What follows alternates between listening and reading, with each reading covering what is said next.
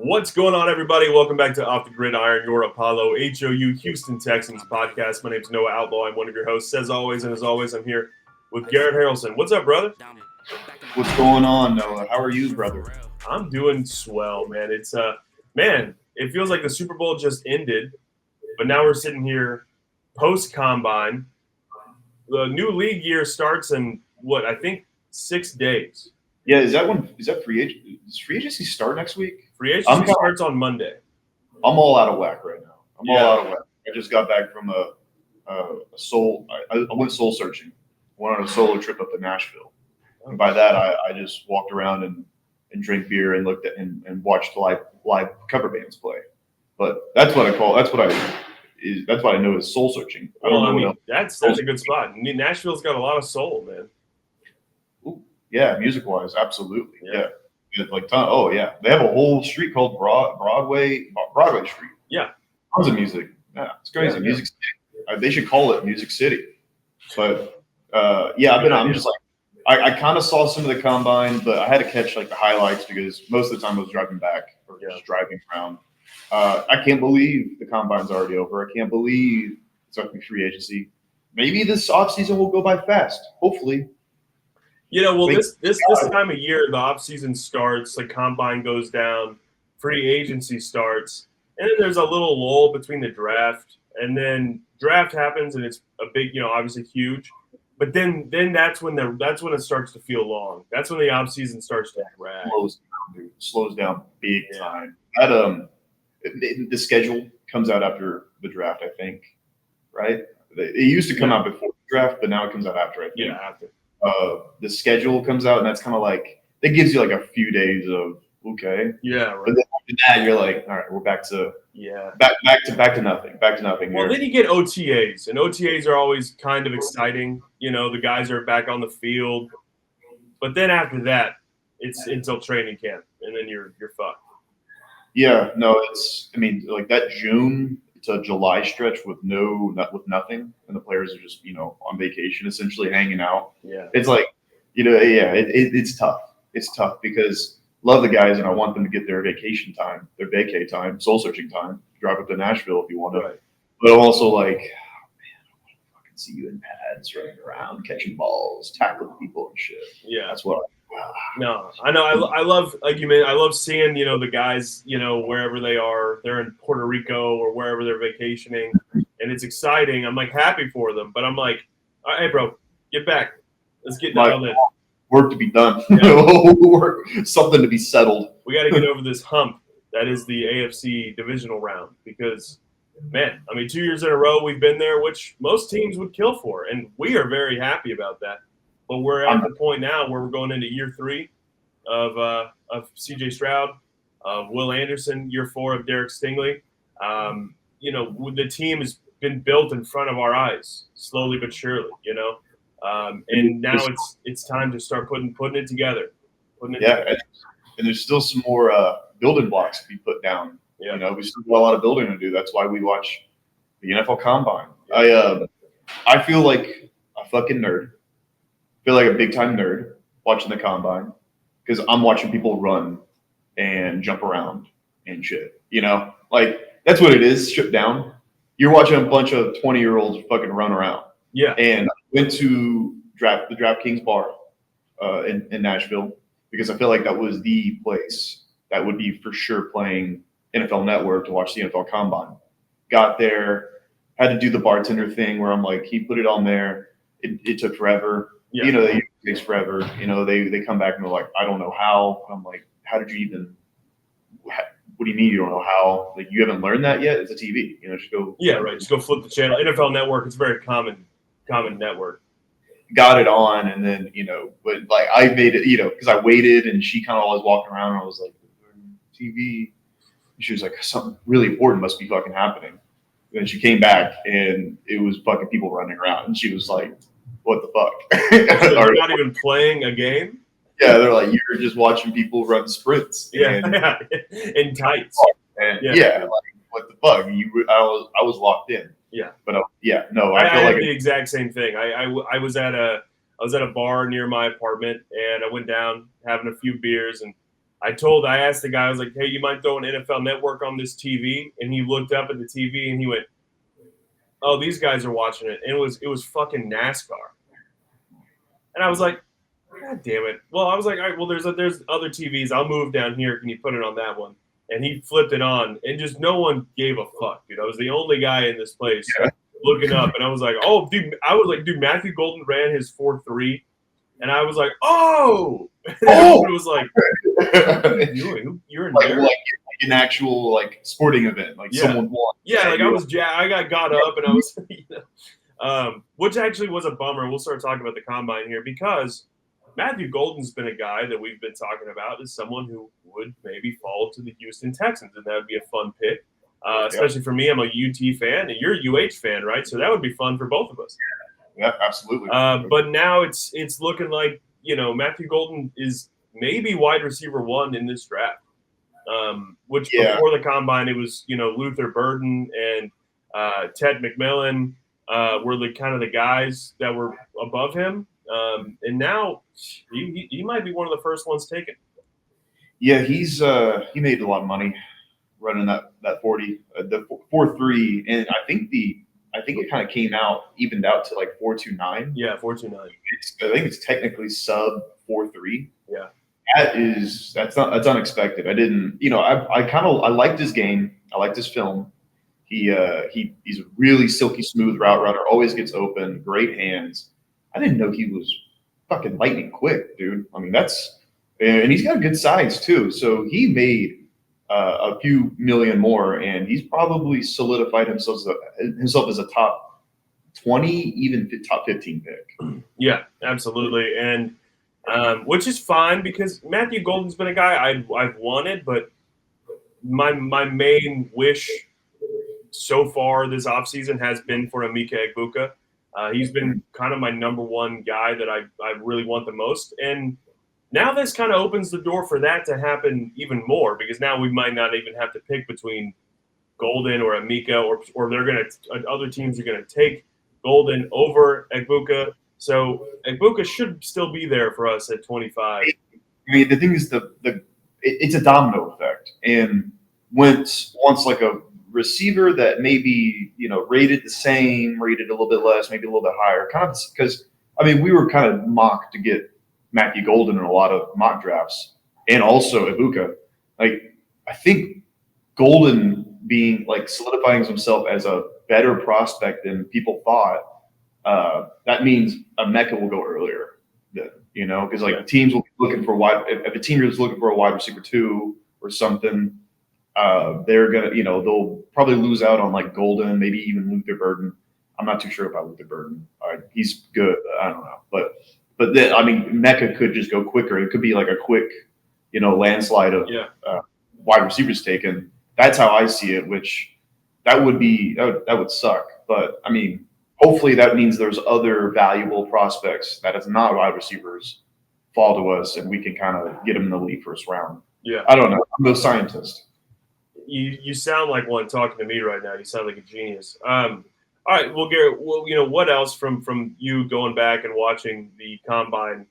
Who else has stuck out to you? Who else has caught your attention that you're like, all right, this guy maybe before the combine wasn't at the forefront of your mind, but is now? Terrence Ferguson, the tight end from Oregon. To me, he was never like jump off the page, eye-popping tight end prospect. Yeah. I didn't really know anything about him, but he ran the fastest 40 for a tight end. And you go back and look, and that boy can move. That boy can move. Yeah. He moves quicker than any other tight end that we have, and he's not even a bad blocker. He hit Fred the Sled pretty good.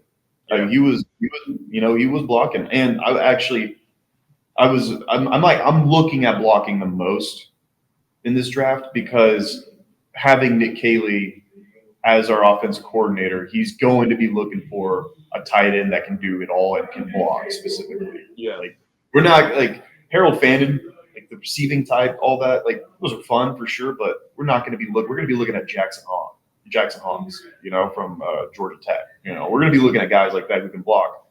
Terrence Ferguson's a guy who can probably do both of those. Yeah, or Helm too, maybe. But if you saw, he like fucked up his ankle. Yeah. Right. He ran his 40, and he ran like a 4.93 at first. I saw it. I was like, that's horseshit. That's a crazy. That's terrible. Then he got better the next one. It was like a 4.84 or something. That's better. But then he showed his ankle after, and it was like, oh, wow, he was okay. He was playing on a fucked up ankle. Okay. Yeah. No, that was helm. But Terrence Ferguson stood out to me a lot. Also, Harold Vanden actually did stand out to me because he can move, man. Dude, he's someone to me. Harold Vanden is a guy who I've had my eye on. I've taken him in a couple mocks that I've done, but he was never a guy that I was super. I've been super sold on and have been high and mighty about getting. He's been a guy I've been open to, but really after his combine, I've been more so excited about what Harold Vanden can bring to the Texans. And I want to talk about Gunnar Helm real quick because you're right. We were so quick to talk shit about Gunnar Helm, and Gunnar Helm was immediately the biggest falls of the combine, and he just had a terrible day. But it actually ended up just turning around 180 because we were like, he's slow, he sucks, he's ass, he'll never play, blah, blah, blah, he's going to be terrible. And then we find that we see the pictures of his ankle. He didn't mention it to anyone, still went through and did everything to the best of his ability. And then now he's going to do his pro day there in Austin pretty soon. And that's going to have a lot of eyes, right? Because now we're going to see, all right, well, was that a fluke? But also now we're just looking at his toughness and the type of player he is and fighting through that and not telling a soul, because then people are going to be like, well, you can't work out because your ankle, we'll take a look at this. No, he was like, fuck that. I'm going to do everything else. I'm going to do the best I can. And then now he looks like a dog. He's been a dog. I mean, if you're a UT fan, you know what Gunnar Helm can do. But it actually really turned around for him. So really interested to see what he can do at his pro day, because Gunnar Helm in the third round has been something I have really been keeping a close eye on. So I'm interested to see that. But yeah, I mean, one thing about me with the combine is I've been intrigued by how interested the Texans have been in running backs. And because obviously we've been saying that this is something that the Texans should definitely do. Obviously, we need to have another couple running backs in the running back room before training camp starts. But I've kind of been assuming the Texans were going to be like maybe 4th, 5th round. This is such a stacked running back class. You don't really have to take them super high. But the Texans were interviewing some top dogs in the running back class. Yeah, I actually did see a tweet. I'm not big dogging you right now. I did see a tweet. So because I also saw this, and I saw this tweet, and I was like, all right. But the top 30 guys that they interviewed at last combine just didn't select any of them, and some of them ended up being as like not great the rookie season. But you're right; they are seemingly interested in this running back class, because how could you not be?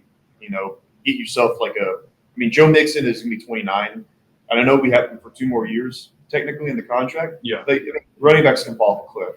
We know this, and the running game, as we know, it carried us last year. The running game, if you have a good running game, especially in the system that we're about to implement, it goes a fucking long way.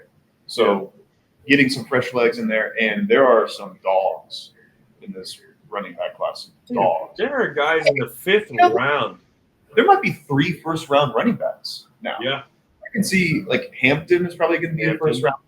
And then people are saying, hey, Trevion Henderson of Ohio State, he could sneak into the late first round. I saw mocks of him going to the late first round. So, seeing the Texans be interested in running backs, I'm there for it, obviously. Oh, I'm all in, because we really, what we can't do it, and there's so many running backs in this draft that the Texans can grab. I'm not saying they need to go get one in the 1st or the 2nd or even the 3rd. I don't think we take one before the 3rd. But what we can't do is just go into this year again with just Mixon and Pierce. We just can't. I mean, we've seen what Pierce – I'm not going to say we've seen what Pierce is, I think there's still a possibility. We've seen the flashes. I mean, even though it was a bullshit game where we were resting most of the starters, he did have that 99-yard touchdown run, and we saw that Dameon Pierce that we saw his rookie year. But we just need some more competition. We need some guys who can come in and we can build to be the running back 2 of the future that's going to give us more than Pierce or Dari. So absolutely need to get somebody. Now, maybe we go the free agent route with that. I don't really – there's not a – I don't think there's a ton of free agent running backs, but you look at what happened last year, right, with the free agent running back class. It ended up working out really damn well. That's true, but that's true. Saquon is different, though. Right. Well, of course. Josh Jacobs is also different. Of course, those guys are different. But there are guys that aren't Saquon or Josh Jacobs or Aaron Jones who can make a difference that are free agents. But I would prefer to go to the draft for that. It's just not something that I hope they don't use a pick in the first 2 rounds. But like you mentioned, that's a good point with the visits and the interviews they didn't grab any of them. So they're just doing their due diligence most likely. But yes, they are interested in filling that role of RB2, which is good to hear. Yeah, no, that's cool. And also, I mean, you got to think that once Kaylee comes in, which he has come in, but once he is like they're doing their homework and everything, draft season, they're going to be leaning on him to be like, hey, who do you need? Who do you want? Yeah, because they have a lot of trust in him. Obviously, they hired the fucking guy. Casario loves the guy. He's worked him in New England for like eight seasons. They're going to lean on him to get his guys or to select some guys. Yeah. So if he's like, hey, I want this we're going to have this kind of run game, and I want this kind of RB2, RB3 type situation, they're going to be looking to it. Yeah. They're going to be they're going to be looking if he's like, hey, I want a hard nose tight end who can kind of do it all, not these jackwagons we have already. It's like a guy, like a young guy who can get it done. They're going to be looking at that. So Nick Caley is going to have a lot of say in who we draft, and I think that we go heavy on offense first few rounds. You got to assume, right? You got to assume, unless you get unless you get like a crazy defensive prospect that falls in your lap, you just got to pull the trigger on that. Like who's that guy, the safety from South Carolina? Yeah, Warray. Yeah, if he fell to 25, you have to think about, holy shit, we could really bolster our secondary just by drafting this guy. He can just slot in and replace Jimmy Ward. Yeah. Well, that brings me into something I've been wanting to do. I wanted to bring up, including Nick Warray is part of this. Well, before I get into that, I went and looked at the mock drafts that have come out since the combine. From some of the bigger outlets, because obviously everyone and their mom does their mock draft and has an article. But I got CBS Sports, NFL Network here. I got PFF, New York Times, USA Today. So a good little mix. And these are I'll go through these mock drafts and I'll let you know who they say we're going to get post combine. So CBS Sports has us getting Walter Nolan from Georgia. Which Walter Nolan is a very intriguing prospect. He seems to be really up and down in people's prospect rankings, and it seems like he disappears sometimes when people say motor issues might be a problem.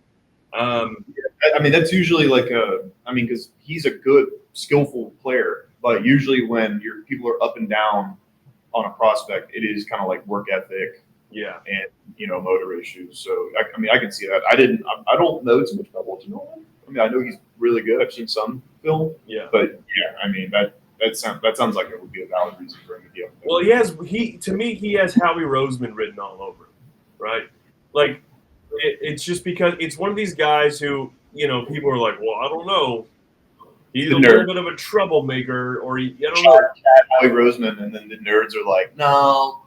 And then he's like, fucking, he's good. I want a dog. Yeah. Like that guy from Tennessee, James Pierce Jr., who's like character issues. I don't know. But like he could fall to the Eagles and immediately he'll become a Pro Bowl. Right. And everyone forget his character issues and it doesn't even matter. Right. It's like Jalen Carter. Which, like, Jalen Carter definitely had his drama coming out of college, and it definitely, and it was a terrible situation. I'm not like minimizing that at all. Sounds like you're making a joke about it, dude. No, I'm not making a joke. It was a terrible situation that Jalen Carter was involved in. But the thing is, he did drop, and there's a lot of teams that didn't take him because of that. But Howie fucking Roseman was like, Jalen Carter's available, and he was incredible. He's been incredible, and they won a fucking Super Bowl. So I don't know. The Walter Nolan, Georgia as well, like could work. I wouldn't hate this pick, but it is defense in the first round, which I'm pretty against. Like, our defense is fine. Like, our defense is more than fine. Our offense is what needs to work. Walter Nolan would be interesting. Next up is NFL Network and also Lance Zierlein, Houston guy, ESPN Radio, has his finger on the pulse of Houston sports. This is interesting. And now if he is sourced up inside the building, this is interesting to maybe see what they're focusing on. He thinks the Texans want to trade up to 16 and grab Kelvin Banks, offensive lineman from Texas. It's interesting. I like it. I mean, I think Kelvin is incredible. I'm a little biased. He's a UT guy, but he is really damn good. I mean, I think that would be like a scenario mock draft where he does fall, because he probably will be a top 15 pick. Yeah. I mean, he's that good. So, I mean, but if he does fall enough, I wouldn't hate trading him to get him, because, I mean, we need offensive line. It's the biggest need. It's the biggest need of our team right now. The biggest need on our team right now. Yeah. It is. Like, there's so if you're aggressive to address that, I'm not gonna bitch about it. That's a good move from Nick. Yeah. No, I wouldn't mind it at all. I mean, it doesn't seem very. I don't know. If anything, I thought Caserio would trade back in this draft. I feel like he might trade our first rounder. But hey, look, man, if they go up and Kelvin Banks is available there at 16 and they want to make the move to go get him, I'm all for it. I just thought that was interesting because it was Lance Zierlein, who is a Houston guy, is very well connected in the Houston football world. So maybe he's heard something. Maybe they really love him. They love Kelvin. It would be interesting. He might be going, what he's heard from public pressers, because they've, D'Amico and they all said, like, maybe they don't, maybe they're not like harping on it because it's, they're not trying to tell the world what they're trying to do, but they have said, like, oh yeah, offensive line is a fucking problem. Like we need to switch it up and change it this offseason. So maybe, there is like an emphasis, like in the building, maybe there is like a vibe and emphasis, like, offensive line all the way first. Like we're gonna have to address that first before we do anything, which I'm more than okay with, because we'll talk about receivers here in a second. They're plentiful. They're plentiful in day two, very plentiful.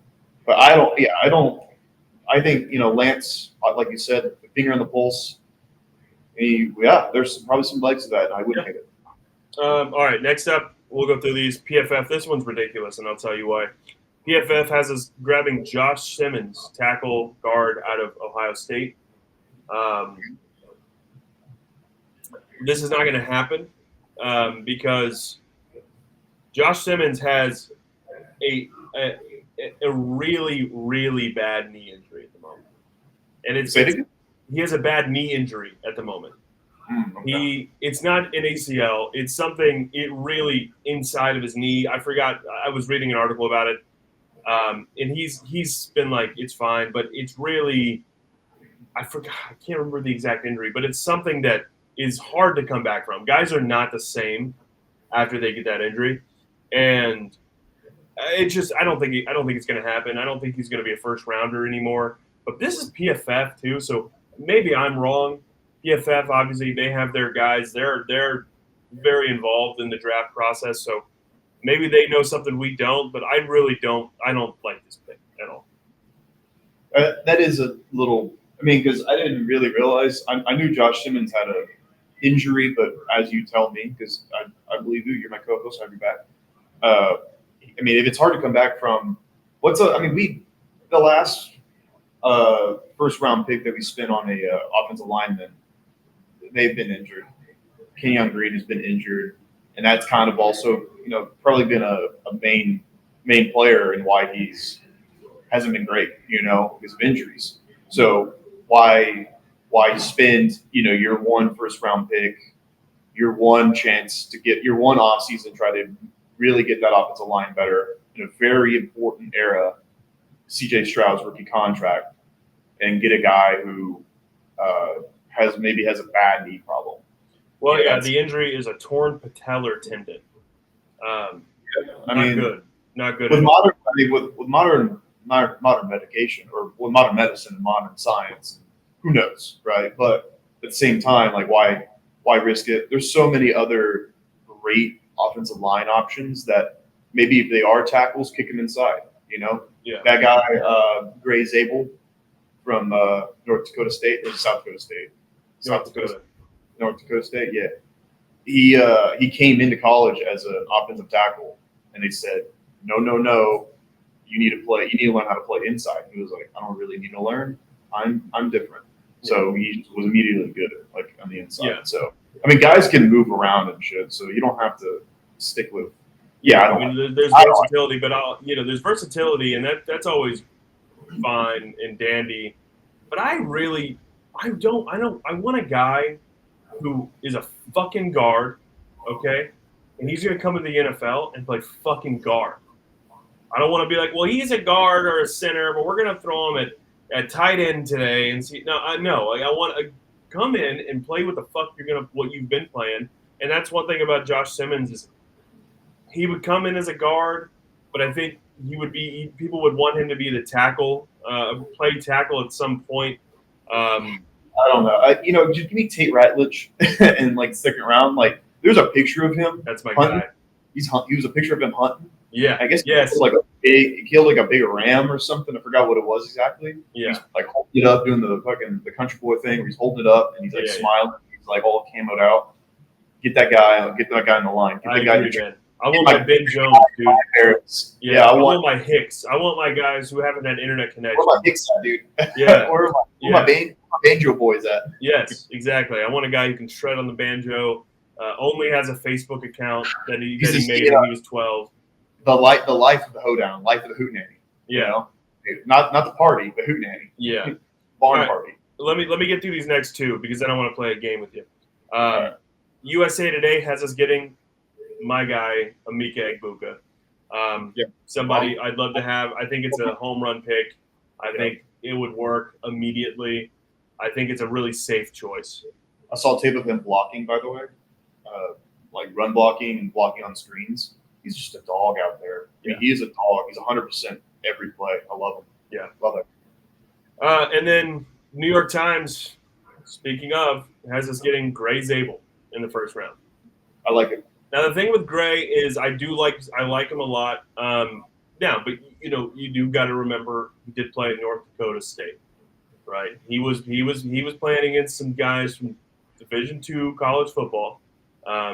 There's been a lot of guys that have come out of North Dakota State and had success in the league. I mean, Carson Wentz is probably the most notable name, and he had a good run. He had a good run. Now he's terrible, but he had a good run. So it is something to keep an eye on about Gray. But he did go to the Senior Bowl and was a standout at the Senior Bowl. That's what I was just confirming because I was like, did he go to the Senior Bowl? Am I right about that? He was the best at the Senior Bowl. That's right. Yeah. I remember him being a huge riser coming out of the Senior Bowl. So I mean, if he goes to Senior Bowl and he puts up, he gets rave reviews. Yeah, that's cool. I mean, I know the Senior Bowl doesn't tell you everything, but he gets matched up with the best seniors in the country. Yeah, guys who are his age who are about to go to the league. Yeah, if he matches up well with them. I put my trust in that. I put my chips on that. Yeah, I would too. I like Gray a lot. I think he's going to be a really good offensive lineman. And I honestly don't know if you have to take him with a first round pick, but if they like him that much, then pull the trigger. That's fine. He's not going to fall back down to our second round pick. I'll tell you that much. He's probably going to go. He's probably going to go. You're right. He probably won't. But I do think Tate Ratledge will be available. which I'm fine with that. They're kind of similar guys to me in how much I admire their game and how much I think they would be a good fit for the Texans and what we need. So I'm fine with both of those guys. But those are the new mocks. Those are the mocks that have come out in the last couple of days. Walter Nolan, Kelvin Banks, Josh Simmons, Egbuka, and Gray Zabel. One thing, a lot of offensive linemen. A lot of people. I mean, we're getting offensive line. It sucked last year. Like Yeah, you have to. You can't, and I don't really want to put it all on like free agency to go find one. Maybe one free agent, two free agents, but like a guy like Trey Smith who just got franchise tag, so it doesn't really matter. Like he's gonna get over $100 million or something. You know, it's like it's not. We can't really do that feasibly. And I know you're gonna say like cap space doesn't exist. For a lot of GMs, though, it does. You know, the Chiefs. I was just talking about this with Josh off camera. The Chiefs players take pay cuts in certain areas and do this and that because they know they're probably going to win the Super Bowl. They go to the Texans and they're like, "You've never won a Super Bowl. I want full price." You know, or maybe Nick Caserio is like didn't have a lot of leverage. He just maybe didn't have a lot of leverage. You know, I don't know. I know what you're saying. But I think they do have some leverage. I do think the Texans have. I think some players. You're right. I know what you're saying, and the cap obviously does exist, and we can't go out and pay $100 million for these guys. I get that. I do think the Texans do have. I think players would take some sort of discount because of the success we've already had in the last couple of years. I know we haven't been to a Super Bowl, but there is that the opportunity is there. I'm not saying they're going to take a massive pay cut. I'm not saying they're going to do what the Chiefs players have done. But I think we could get some guys. We're not the fucking Titans. You know what I mean? Like, we're not the Browns. Yeah. Like, people would maybe take a little less just to come and maybe have some success. But I get what you mean. So yeah. I think we grab a couple guys in free agency. I do. I think we grab a couple guys in free agency. Maybe not the biggest names, but guys kind of like George Fant that we got 2 years ago, who ended up being a very, very solid right tackle for us and was – honestly, the fact that Caserio let him leave is a real fucking bummer. But I think we're going to get a couple free agents, and I think we get a couple guys in the draft. I think I think we'll grab a guy in the 6th round and probably a guy in the 2nd or 3rd. Sure, yeah. So I agree with you there. But receiver is something that we do need to focus on. We have one of the worst receiver rooms in the NFL. You could really flip flop the logic with like, oh, we can wait to get like an offensive lineman in the 2nd round, 3rd round. You can also do that with receiver. You can be like, we can wait to get a receiver in the 2nd round, 3rd round. There are some guys like, you know, Jaden Higgins, Jalen Noel, teammates. Jack Beck. I found out about Jack Beck recently. He's a guy who really fell through the cracks. The guy from TCU. For me, I was doing a stream the other day, and people were like, Jack Beck. And I was like, I don't know who that is. And he's kind of a ball. I mean, he good Senior Bowl. He had a good Senior Bowl. He's like a big slot guy. Like he can move around too in good hands. So yeah, no, I'd be down for him in the later rounds. But you know, I'm a pretty competitive guy. You said something about a game. Oh yeah. All right. Well, we'll wrap this up. It's not. It's just a little thinking game for you, buddy. All right. A little game of would you rather.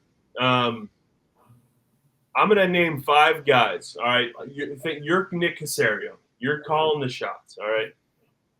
I'm gonna give you 5 guys that are available.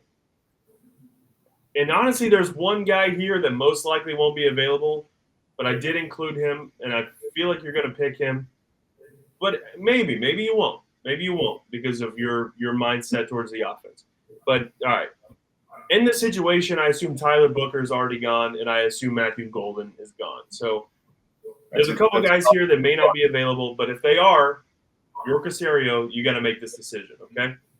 Okay. You're on the clock. At 25. At 25. I'm your little assistant boy, and I say, okay, Mr. Caserio, sir, these are the 5 guys at the top of our list that are available. What do I call you? Little Johnny. All right, Little Johnny. Yeah. Just I'm like, hit me with them. Who's available? Who's available right now? Little Johnny. Okay, I was waiting for. I was like, I made up this character, and you're not even going to say my name. Okay. Emeka Egbuka, Okay. Colston Loveland, Okay. Gray Zabel, Walter Nolan, or Nick Imanwari. Like safety, right? Yeah. That's tough, The biggest riser of the combine, Nick Imanwari, safety out of South Carolina, but a defensive guy. Yeah. Get Walter Nolan out of there. Okay. Yeah, I mean, the offensive line is not our biggest need area. I mean, also we're kind of maybe looking at lower end, lower end free agents like Sheldon Rankins. Try to. Right. I'm cool with that. So get Walter Nolan out. Oh man, All right. So while you think, let me just say the names again: Emeka Egbuka, Nick Imanwari, Colston Loveland, and Gray Zabel. Get the safety out. Again, listen. Okay. Listen, we got a star safety last year in last year's draft. Safety's not an emphasis right now. Right. Okay. Safety's not an emphasis. So you're going pure offense here. Yeah, I mean we have to. I'm Nick, little Johnny, and I'm looking at last year and we were a bottom 10 offense. Things need to change. We're gonna have to pay after this year. We're gonna have to pay CJ Stroud pretty soon. You're gonna have to pay CJ Stroud pretty soon. We're gonna have to amplify everything around him this year to try to get the ball rolling on this Super Bowl thing. Yeah, offense only. So then it leaves me with Gray Zabel, Emeka Egbuka, or Colston Loveland. I know how you feel about Colston Loveland, man. Yeah, get Gray Zabel out. All right. D2 guy. All right. Get the guy out. He might not even. He might be like you said. He might be available day 2. Yeah. Me. I'm a tight ends guy. I gotta go Colston. Going Colston Loveland. All right. I got to, dude. He would be. I mean, he might be like wide receiver 2 as a tight end. He's that good, and he can block. He's just a big guy. And dude, he's 20. He's a 20-year-old man. Ibuka's. I mean, Ibuka would. If Colston Loveland was gone, easily Ibuka. Easily Ibuka because I think he would thrive in Nick Haley's system with CJ Stroud back with him, former teammates, and as a blocker and as a smart, he'd be like Chris Godwin out there. But man, we have been needing a tight end for so long. A guy who can a mountain mover tight end. I don't think we've ever had that as a franchise. The best tight end we've probably ever had is Owen Wilson, and he was Pro Bowler. But, Owen Wilson. Excuse me, dude. Did you say Owen Wilson? Wow. That's one of your favorite Texans of all time, Owen Daniels. You're gonna do him like that? Dude, sorry, man. I'm fucking Nick. Draft day is a lot of pressure. I'm fucking, and Nick Casario probably loves Wedding Crasher. He's probably gets mixed up. Fucking Owen Daniels. Yeah, it's probably the best tight end in the history of our franchise. Colston Loveland would clear that man in his prime, I think. So, give me Colston Loveland. All right. You heard it here. Nick Casario at 25 is taking Colston Loveland. Look, now I'm because this came down to those same 2 guys for me, Egbuka or Loveland. And I'm a big Egbuka guy. I'm also a big Alec Ianamore guy, or however you say his last name. I butcher it every time. I'm also I like Jack Beck. I like Jalen Noel. There's a lot of receivers in this draft. I think Colston Loveland is by far him and Tyler Warren are by far the 2 best tight ends. Absolutely. I think I would take Loveland here. Yeah. I mean, you're a smart guy. You're smart. Hey, little Johnny. I think I would take Colston Loveland, but in this situation, I highly, highly, highly doubt that Loveland gets past the Broncos at 20 and the Chargers at 24, right before us. Yeah, so this is a long shot that Loveland's going to be available. It is. Well, yeah, I guess it is. Yeah, I think it's a long shot. Yeah, I don't know. I don't know how. Obviously, a lot of factors can happen. Obviously, of course, who knows? But you are absolutely right. It'd be tough for him to get past those two. That's why if he does fall at 25, you just got to grab him. You got to nab him. He's he's the 7th highest rated prospect on Daniel Jeremiah's list. I mean, he's a guy who is so good. A dog. So good. I would take Loveland, but then we really got to grab a receiver in the second, in my opinion. Or if things have changed and in free agency we grab a Cooper Kupp, or we grab a Chris Godwin, or recently released Devontae Adams. Yeah. Now, if we grab any of those 3 guys, then that changes my tune about drafting a receiver so high. I still want a receiver, but we can grab one in the 3rd. All right. If you want to grab Colston Loveland in the 1st, a offensive lineman in the 2nd, grab a receiver in the 3rd. If we get one of those guys. You got Colston Loveland round 1, Tate Radledge round 2, some receiver Jalen Knoll, whatever, pick them Jack Beck round 3. First 3 rounds, that's a home run. That's a grand. And then a Chris Godwin, Devontae Adams, or Cooper Kupp in free agency. Yeah, I would love that. That would immediately boost us by that we would be a way better team than we were last year. Yeah. No, I'm absolutely on board of that. I'm on that bus. Yeah. I'm on that. I don't see no Keanu, so we're good. Like that, dude. I like it. Fucking Owen Wilson. I can't believe you did that. That's crazy. It's funny too because I just kept going. Yeah, I know you didn't even notice. Usually people go like, "Oh, I mean Owen Daniels." You were just like, "Yeah, Owen Wilson, tight end for the Houston Texans. Owen Wilson, best tight end the Texans have ever had. Owen Wilson." I love it. Yeah. All right, guys. Well, that'll be it for us today. Thank you so much for tuning in. Hope you enjoyed. If you did, please leave a like, subscribe, all that good stuff. Lets us know that you like what we're doing. Make sure you follow us on Twitter at Apollo Texans and Apollo HOU on all the social media platforms to keep up with everything. Garrett, give a shout out to our friends. Yes, our buddies over at Big City Wings, Houston's Wing Joint, Apollo's Wing Joint. Even though football season is over, there are still so many, there's so many sports out there, so many sports to watch and digest, and you can watch all of them at Big City Wings with delicious beer, delicious appetizers, and delicious wings. So head on over to Big City Wings and tell them Apollo sent you.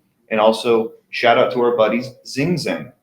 Again, football is over. Doesn't mean you can't wake up and watch a little spring training and make a little Bloody Mary. Get a Bloody Mary action going. Zing Zang Bloody Mary mix has some without alcohol and some made with alcohol. Blazing flavor, infused all with bacon flavor. Like, it's crazy. They have lots of options over there at Zing Zang. So thank you to Zing Zang for sponsoring this episode. And also, again, thank you to Big City Wings. Yep. Thanks so much. We really appreciate y'all's support. God, I could go for a Zing Zang Bloody Mary right now. Sounds delicious. That's mine, dude. You can't have that. I got to get a care package up to New York City, man. I need it. Yeah, I'll send you one. Please. All right, guys. Well, once again, thank you so much for watching. We'll see you later. Go Texans. Watch Texans. See ya.